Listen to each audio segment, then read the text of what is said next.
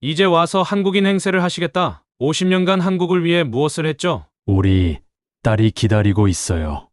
입국 보류입니다. 이래서 미국 것들이랑 노란한 사람들을 보면 뉴욕 퀸즈의 작은 병원에서 은퇴식이 끝났습니다. 정우는 떨리는 손으로 명패를 내려놓았어요. 박정훈 내과의사라고 새겨진 그 명패가 유독 무겁게 느껴졌습니다. 닥터 박, 정말 가시는 거예요? 간호사 제니퍼가 눈시울을 붉히며 물었습니다. 50년, 반세기 동안 이곳에서 환자들을 돌봤죠. 이제는 떠날 시간이었습니다. 정우는 책상 서랍에서 낡은 사진 한 장을 꺼냈어요. 작년에 세상을 떠난 아내 영희의 모습이 담겨 있었습니다. 그녀의 마지막 소원이 귓가에 맴돌았죠. 여보, 우리 한국 땅에 함께 묻히고 싶어요. 가슴이 먹먹해졌습니다. 정우는 조심스럽게 아내의 유골함을 가방에 넣었어요. 휴대폰이 울렸습니다. 화면에 뜬 이름은 수진. 아빠, 잘 지내세요? 비행기표는 예약하셨어요? 딸의 목소리는 언제나 밝았습니다. 정훈의 얼굴에 미소가 번졌어요. 그럼 내일 출발한다. 너희 결혼식에 늦을 순 없지. 아빠, 정말 오시는 거 맞죠? 50년 만에 한국 오시는 거잖아요. 예비 사위도 아빠 뵙기를 얼마나 기대하는지 몰라요. 수진의 목소리에는 설렘이 가득했습니다. 정훈도 가슴이 두근거렸어요. 하지만 동시에 알 수 없는 불안감이 스쳤습니다. 수진아, 아빠가 꼭 갈게. 내 결혼식을 놓칠 순 없잖니. 전화를 끊고 정우는 창밖을 바라봤습니다. 뉴욕의 스카이라인이 석양에 물들어 있었어요. 1973년 의대 유학생으로 처음 이 땅을 밟았을 때가 떠올랐습니다. 그때는 모든 것이 낯설고 두려웠죠. 영어도 서툴렀고 김치 하나 구하기도 힘들었습니다. 하지만 포기하지 않았어요. 6.25 전쟁의 포화 속에서 살아남은 사람이 이 정도로 무너질 순 없었으니까요. 다음 날 JFK 공항. 정우는 체크인 카운터 앞에서 잠시 멈췄습니다. 가슴이 쿵쿵 뛰었어요. 50년 만의 귀국. 그 무게가 어깨를 짓눌렀습니다. 한국 가시나 봐요. 옆에 선한국인 할머니가 말을 걸었습니다. 네. 오랜만에 가는 길입니다. 얼마나 되셨어요? 50년이요. 할머니의 눈이 둥그레졌습니다. 어머. 그렇게 오래. 가족들이 많이 기다리시겠네요. 정우는 쓸쓸하게 웃었어요. 한국에는 이제 수진밖에 없었습니다. 부모님도 형제들도 모두 떠났죠. 비행기에 오르자 과거가 물밀듯 밀려왔습니다. 1951년 겨울. 장진호. 영하 40도의 살인적인 추위, 총성과 포성이 귓가를 찢었죠. 21살의 정우는 의무병으로 최전선에 있었습니다. 통역관. 여기 부상자가 있어. 미 해병대원들의 다급한 외침. 정우는 의약품 가방을 메고 포화 속으로 뛰어들었어요. 그날 그는 단순한 통역관이 아니었습니다. 의무병이자 협상가였고 때로는 전령이었죠. 중국군에 포위된 미군들, 식량도 의약품도 바닥났습니다. 동상으로 발가락이 떨어져 나가는 병사들, 그들의 절규가 아직도 귓가에 생생했어요. 정우는 목숨을 걸고 중국군 진영으로 갔습니다. 저는 의무병입니다. 부상자들을 도와주고 싶습니다. 기적적으로 중국군 지휘관과 만날 수 있었죠. 그도 인간이었습니다. 자신의 부하들도 추위와 부상으로 쓰러져 가고 있었으니까요. 당신들도 의약품이 필요하지 않습니까? 정훈의 제안은 대담했습니다. 포로 교환과 함께 의료 물자를 나누자는 것. 양측 모두에게 필요한 일이었죠. 그날의 협상으로 미군 포로 42명과 중국군 포로 38명이 교환됐습니다. 더 중요한 건 임시 휴전 덕분에 부상자들이 치료받을 수 있었다는 거죠. 한국인, 당신이 우리를 살렸어. 다니엘이라는 젊은 해병대원이 울먹이며 말했습니다. 동상으로 발가락 3개를 잃었지만 목숨은 건졌죠. 꼭 살아서 돌아가세요. 가족이 기다리잖아요. 정훈의 말에 다니엘은 고개를 끄덕였습니다. 당신도요. 전쟁이 끝나면 꼭 다시 만나요. 비행기가 난기류를 만났습니다. 정훈은 현실로 돌아왔어요. 기내 방송이 들렸습니다. 곧 인천국제공항에 도착합니다. 창밖으로 한국 땅이 보이기 시작했어요. 가슴이 뭉클해졌습니다. 새벽빛에 물든 서해바다. 얼마나 그리웠던 풍경인지. 하지만 동시에 불안감도 커졌습니다. 50년. 너무 오랜 시간이었어요. 한국은 이제 낯선 나라가 되었을지도 모릅니다. 정우는 가방 속 아내의 유골함을 만져봤습니다. 영희야, 우리 집에 왔어. 속삭이는 목소리가 떨렸습니다. 눈시울이 뜨거워졌어요. 2025년 5월 29일 오전 6시.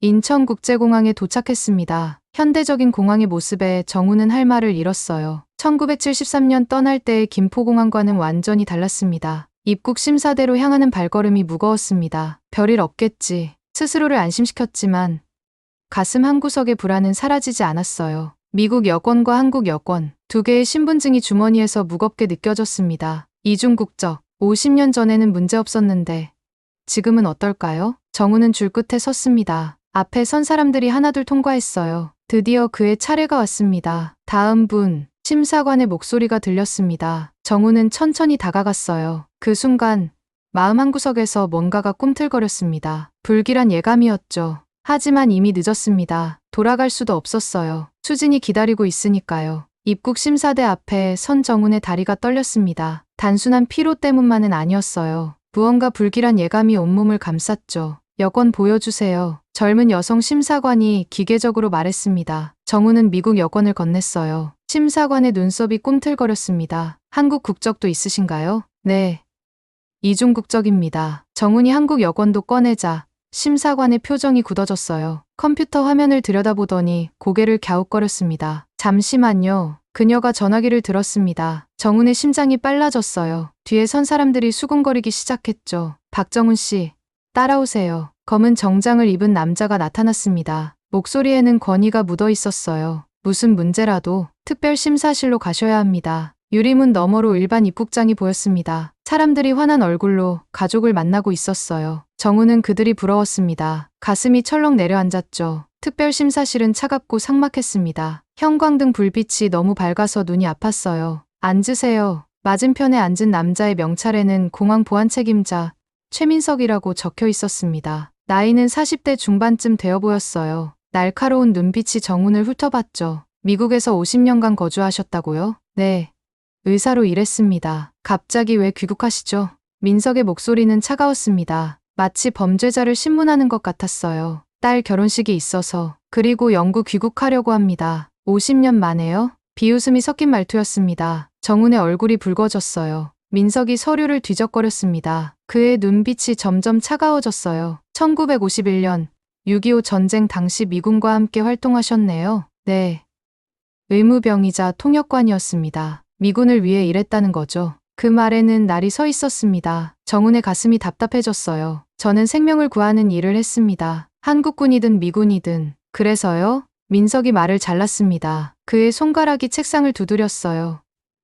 똑, 똑, 똑. 그 소리가 정훈의 신경을 건드렸죠. 시스템에 당신이 요주의 인물로 분류되어 있습니다. 뭐라고요? 정훈의 목소리가 떨렸습니다. 요주의 인물이라니. 평생 의사로 살아온 사람이 왜 6.25 당시 미군 정보 활동에 연루된 기록이 있어요. 그건 오해입니다. 저는 단지 큰 소리치지 마세요. 민석의 목소리가 더욱 차가워졌습니다. 그의 눈에는 적대감이 가득했어요. 미국에서 50년. 이제 와서 한국인 행세하시려고요? 그 말이 비수처럼 가슴에 꽂혔습니다. 정훈의 손이 떨렸어요. 분노인지 슬픔인지 알 수 없는 감정이 밀려왔죠. 저도 한국인입니다. 그래요? 50년간 한국을 위해 뭘 하셨죠? 민석이 비아냥거렸습니다. 정훈은 할 말을 잃었어요. 그때 민석의 휴대폰이 울렸습니다. 그가 잠시 자리를 비웠어요. 혼자 남은 정훈은 천장을 올려다봤습니다. 형광등이 윙윙거렸어요. 마치 자신의 머릿속 같았죠. 혼란스럽고 아팠습니다. 수진이가 기다리고 있을 텐데. 딸 생각에 눈시울이 뜨거워졌습니다. 결혼식이 일주일 앞으로 다가왔는데 이런 일이 생기다니. 민석이 돌아왔습니다. 표정이 더욱 굳어 있었어요. 당신 기록을 더 확인해봤습니다. 그가 서류를 탁 소리 나게 내려놓았습니다. 장진호 전투에서 중국군과 접촉했다고요? 포로 교환 협상을 했습니다. 생명을 구하기 위해서 적군과 거래했다는 거네요. 민석의 말이 날카로웠습니다. 정훈의 가슴속에서 뭔가가 끓어올랐어요. 그때는 모두가 생존을 위해 싸웠습니다. 저는 변명은 그만하세요. 민석이 자리에서 일어났습니다. 키가 크고 몸집이 있는 그가 정훈을 내려다봤어요. 위압감이 느껴졌죠. 입국 보류입니다. 추가 조사가 필요해요. 얼마나 걸립니까? 정훈의 목소리가 간절했습니다. 모르죠. 며칠이 될 수도, 몇 주가 될 수도 있어요. 민석의 입꼬리가 살짝 올라갔습니다. 마치 즐기는 것 같았어요. 딸 결혼식이 일주일 후입니다. 제발, 그건 제 알 바 아닙니다. 차가운 한마디였습니다. 정훈의 마음속에서 뭔가가 툭 하고 끊어졌어요. 민석이 문을 열었습니다. 대기실에서 기다리세요. 호출할 때까지. 잠깐. 최 책임자님. 정훈이 간신히 입을 열었습니다. 왜 저한테 이러십니까? 개인적인 감정이 있으신가요? 민석이 돌아봤습니다. 그의 눈에 차가운 불꽃이 일었어요. 우리 할아버지도 6.25 때 돌아가셨어요. 미군 5인 사격으로 정적이 흘렀습니다. 정훈이 숨을 삼켰어요. 그래서 미국 것들하고 노란한 사람들을 보면 민석이 말끝을 흐렸습니다. 하지만 그 의미는 분명했죠. 대기실로 향하는 정훈의 발걸음은 천근만근이었습니다. 복도가 끝없이 길게 느껴졌어요. 대기실에는 이미 몇 명이 앉아 있었습니다. 모두 지친 얼굴이었어요. 정훈은 구석 자리에 털썩 주저앉았죠. 창밖으로 비행기들이 이착륙하는 모습이 보였습니다. 자유롭게 오가는 비행기들이 야속했어요. 주머니에서 휴대폰을 꺼냈습니다. 수진에게 뭐라고 설명해야 할까요? 손가락이 화면 위에서 멈췄어요. 아빠 도착했어요? 마중 나갈게요. 30분 전에 온 딸의 메시지였습니다. 가슴이 찢어지는 것 같았어요. 정우는 천천히 답장을 썼습니다. 조금 늦을 것 같다. 서류 문제가 있어서. 거짓말이었습니다. 조금이 아니라 언제가 될지 모르는 일이었죠. 괜찮아요.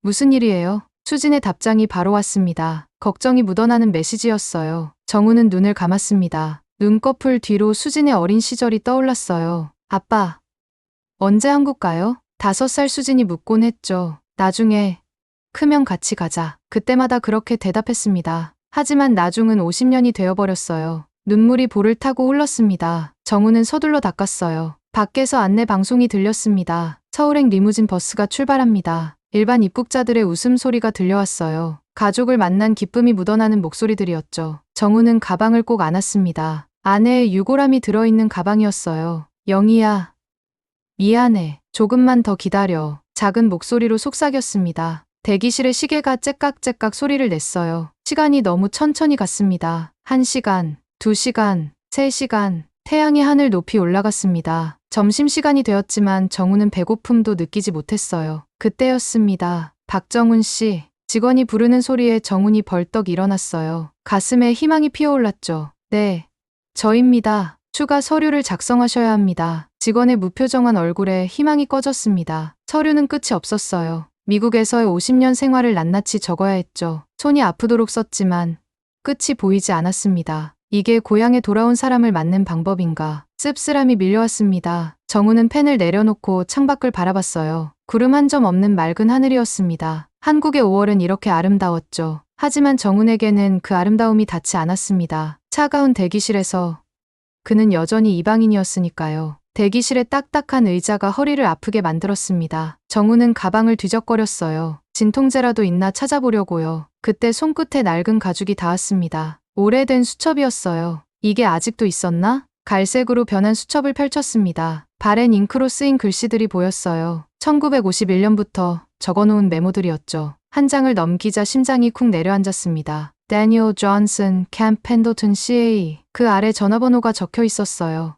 연필로 쓰인 숫자들이 희미했지만 읽을 수 있었습니다. 정훈의 손이 떨렸어요. 다니엘, 장진호에서 만난 그 청년이 떠올랐습니다. 갑자기 주변이 사라지는 것 같았어요. 대기실의 차가운 공기가 영하 40도의 칼바람으로 변했습니다. 1951년 12월, 장진호. 하얀 지옥이었습니다. 눈과 얼음뿐인 세상. 총성과 포성이 끊이지 않았어요. 의무병. 절규하는 목소리가 사방에서 들렸습니다. 정우는 약품 가방을 메고 뛰었어요. 미끄러운 얼음 위에서 몇 번이나 넘어졌죠. 중국군의 포위된 미해병대 소대. 그들은 언덕 위에 고립되어 있었습니다. 더 이상 약이 없어. 미군 의무병이 울부짖었어요. 동상 환자들이 줄지어 쓰러져 있었습니다. 발가락이 까맣게 변한 병사, 손가락이 얼어붙은 병사들. 정우는 결심했습니다. 누군가는 가야 했어요. 제가 가겠습니다. 미쳤어? 중국군 진지를 통과해야 해. 소대장이 말렸지만 정우는 고개를 저었어요. 중국어를 할 수 있습니다. 해볼게요. 새벽 3시. 정우는 하얀 천을 두르고 언덕을 내려갔습니다. 심장이 터질 것 같았어요. 한 발 한 발이 지뢰밭을 걷는 것 같았죠. 중국군 초소. 손을 들고 다가갔습니다. 쏘지 마시오.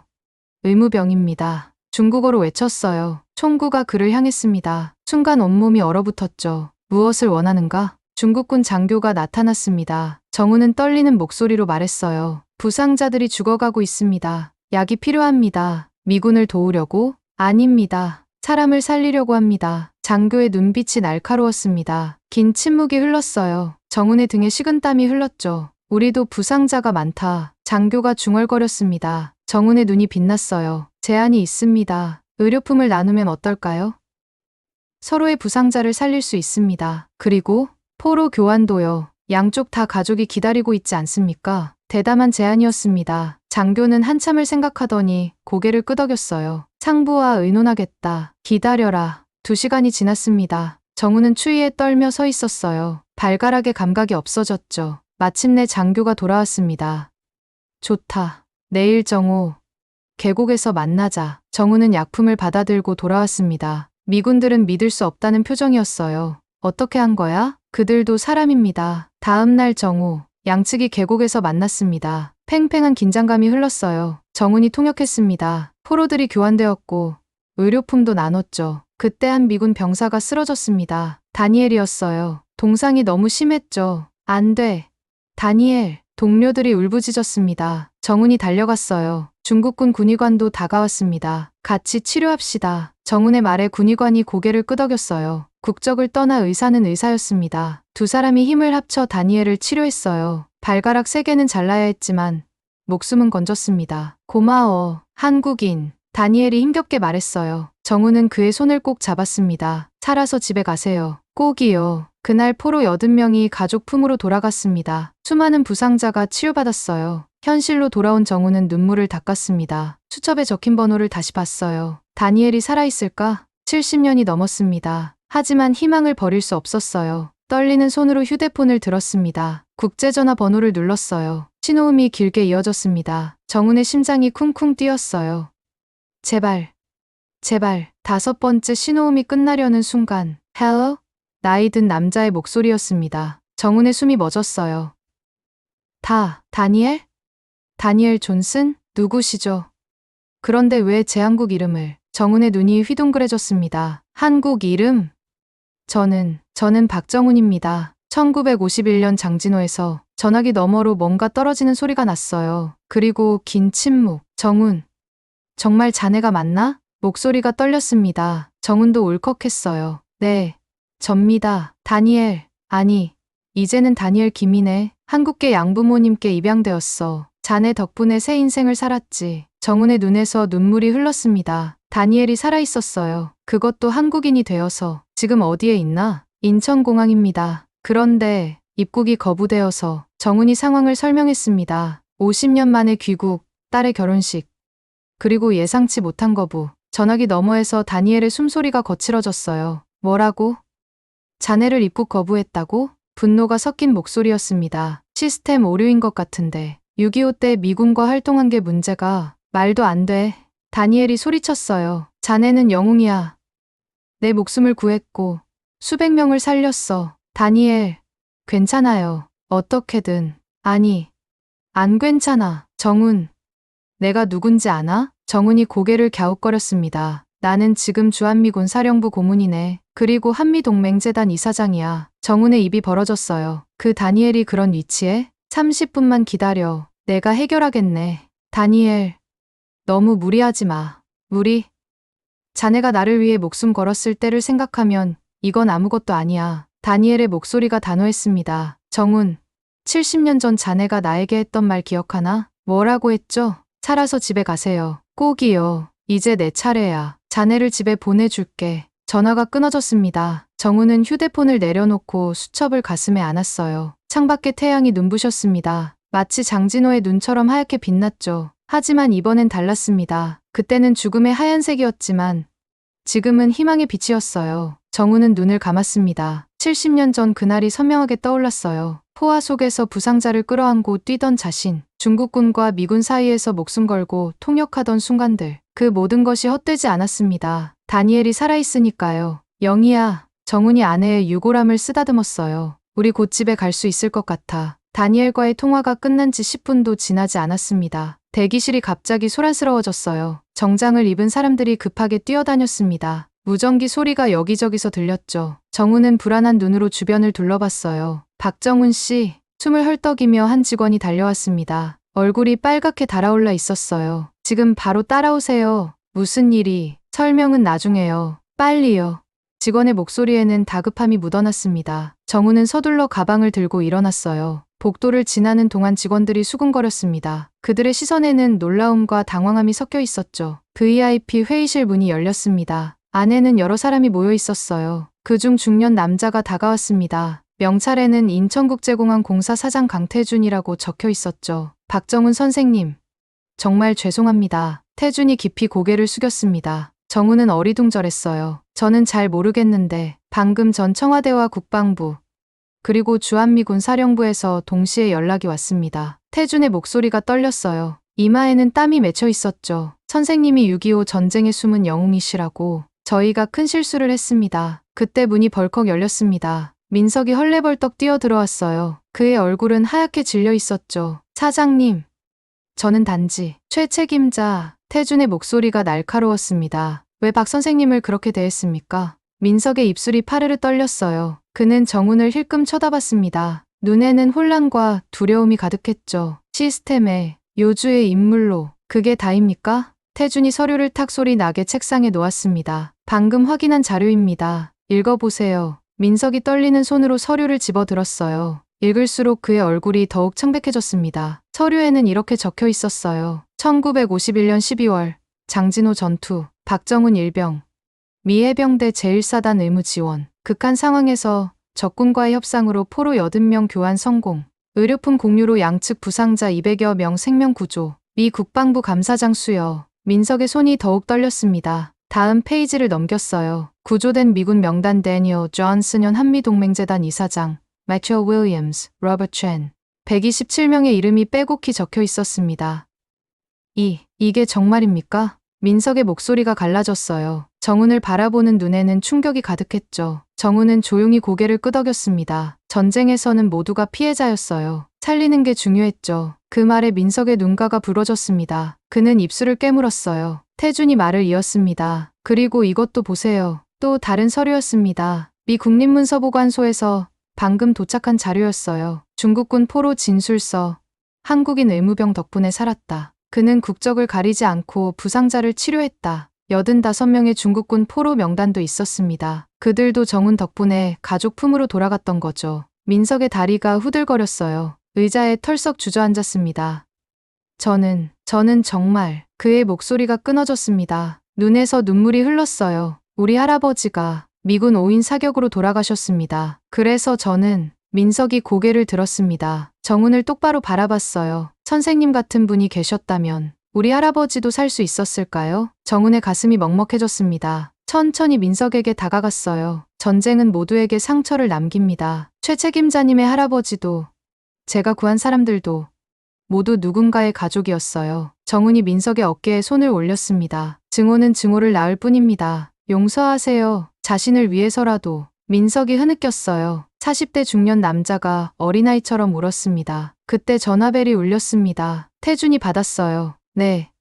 외교부 장관님. 예. 알겠습니다. 전화를 끊고 태준이 정훈을 봤습니다. 보훈처에서도 연락이 왔습니다. 선생님의 공적을 인정하는 특별 감사패를 준비 중이라고요. 이어서 또 전화가 왔어요. 주한미군 사령관이십니다. 네.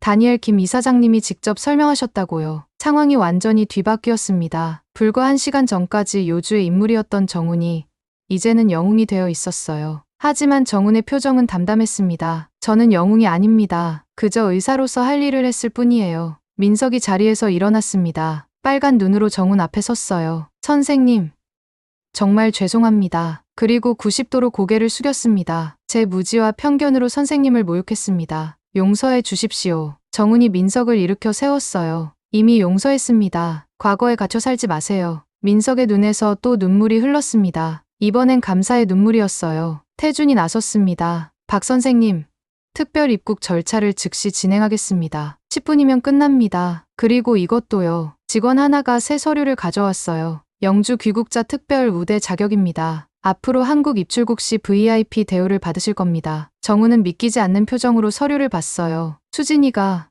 딸이 기다리고 있어요. 목소리가 떨렸습니다. 드디어 딸을 만날 수 있게 된 거예요. 그때 정훈의 휴대폰이 울렸습니다. 다니엘이었어요. 정훈, 어떻게 되고 있나? 다니엘, 고마워요. 덕분에. 아직 끝이 아니네. 내일 보자고. 자네를 위한 환영식을 준비했어. 정훈의 눈가가 촉촉해졌습니다. 회의실 창밖으로 오후 햇살이 들어왔어요. 따뜻한 빛이 정훈을 감쌌습니다. 70년 전 장진호의 추위가 떠올랐어요. 그때는 생존을 위해 싸웠지만 그 싸움이 헛되지 않았습니다. 구한 생명들이 씨앗이 되어 오늘의 열매를 맺었으니까요. 가자, 영희야. 정훈이 아내의 유골함을 쓰다듬으며 속삭였어요. 이제 정말 집이야. 특별 입국 수속은 정말 10분 만에 끝났습니다. 정훈은 새 신분증을 들고 멍하니 서 있었어요. 꿈만 같았죠.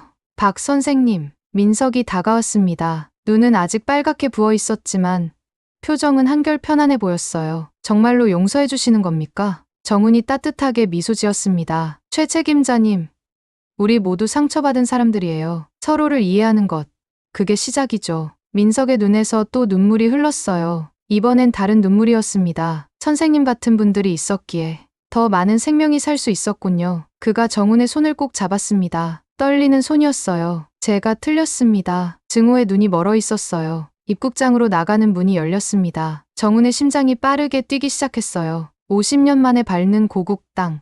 진짜 한국이었습니다. 아빠.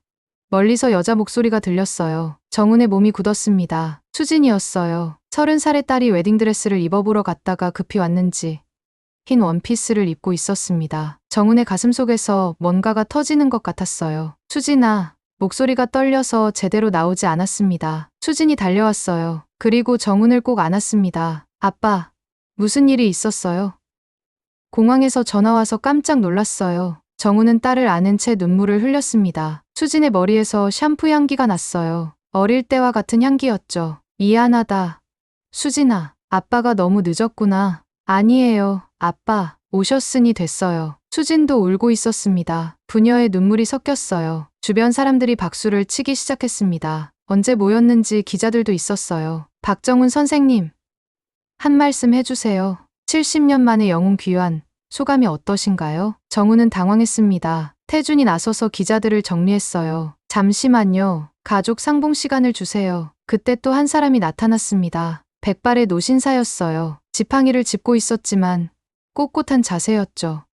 정훈, 다니엘이었습니다. 70년의 세월이 흘렀지만 그 목소리는 똑같았어요. 두 노인이 포옹했습니다. 주변이 조용해졌어요. 자네 덕분에 살았네. 그리고 좋은 삶을 살았어. 다니엘, 자네도 늙었구만. 하하. 자네도 마찬가지야. 두 사람이 웃었습니다. 70년 전 전쟁터에서 만난 젊은이들이 이제는 백발 노인이 되어 재회한 거예요. 다음 날 아침, 주요 신문 일면에는 정훈의 사진이 실렸습니다. 70년 만의 귀향, 숨은 영웅의 귀환, 6.25 전쟁 당시 200여 명 생명 구한 의무병, 적과 아군 구분 없이, 휴머니즘의 승리, 텔레비전 뉴스도 정훈의 이야기로 가득했어요. 하지만 정훈에게 가장 중요한 건 따로 있었습니다. 일주일 후, 수진의 결혼식. 할아버지도 오셨으면 좋았을 텐데 수진이 아쉬워했어요. 정훈이 딸의 손을 잡았습니다. 할머니는 와 있어.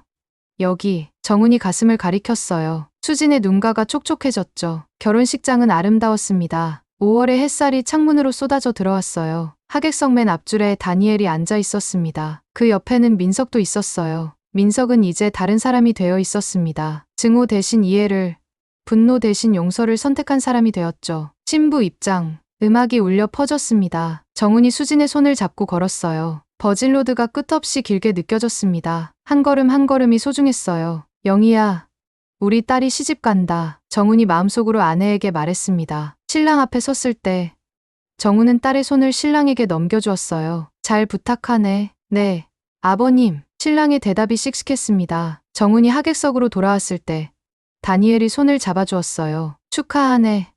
정훈, 아름다운 딸이야. 고맙네.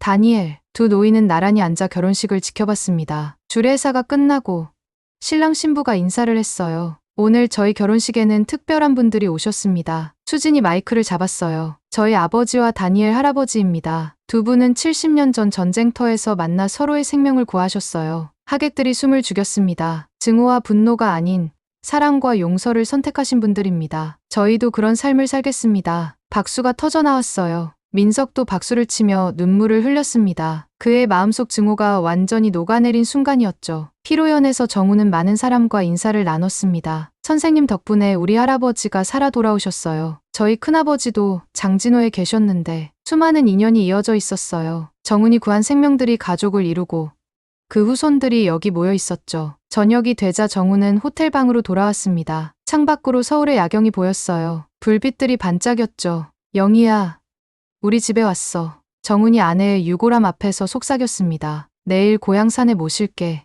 내가 그토록 원하던 곳에. 눈물이 흘렀지만 슬프지 않았어요. 50년의 여정이 끝났습니다. 아니, 새로운 시작이었죠. 며칠 후, 정훈은 한 강연장에 섰습니다. 청중석에는 젊은이들이 가득했어요. 전쟁은 모두를 파괴합니다. 하지만 그 속에서도 인간성은 빛납니다. 정훈의 목소리는 차분했어요. 적이라고 해서 미워하지 마세요. 그들도 누군가의 아들이고 아버지입니다. 한 학생이 손을 들었어요. 그럼 용서가 항상 답인가요? 정훈이 미소 지었습니다. 용서는 상대를 위한 게 아니에요. 자신을 위한 겁니다. 증오는 자신을 갉아먹으니까요. 민석이 청중석 한쪽에서 고개를 끄덕였어요. 그는 이제 대학에서 평화학을 가르치는 강사가 되었습니다. 강연이 끝나고 젊은이들이 정훈에게 다가왔어요. 할아버지, 감사합니다. 우리도 그렇게 살고 싶어요. 정훈은 그들의 맑은 눈을 보며 희망을 느꼈습니다. 전쟁의 상처는 아직 남아있어요. 하지만 치유는 시작되었죠. 용서와 화해, 그리고 사랑. 그것이 정훈이 70년 만에 고국에 전하는 메시지였습니다. 저녁 노을이 하늘을 붉게 물들였어요. 새로운 날이 밝아오고 있었습니다.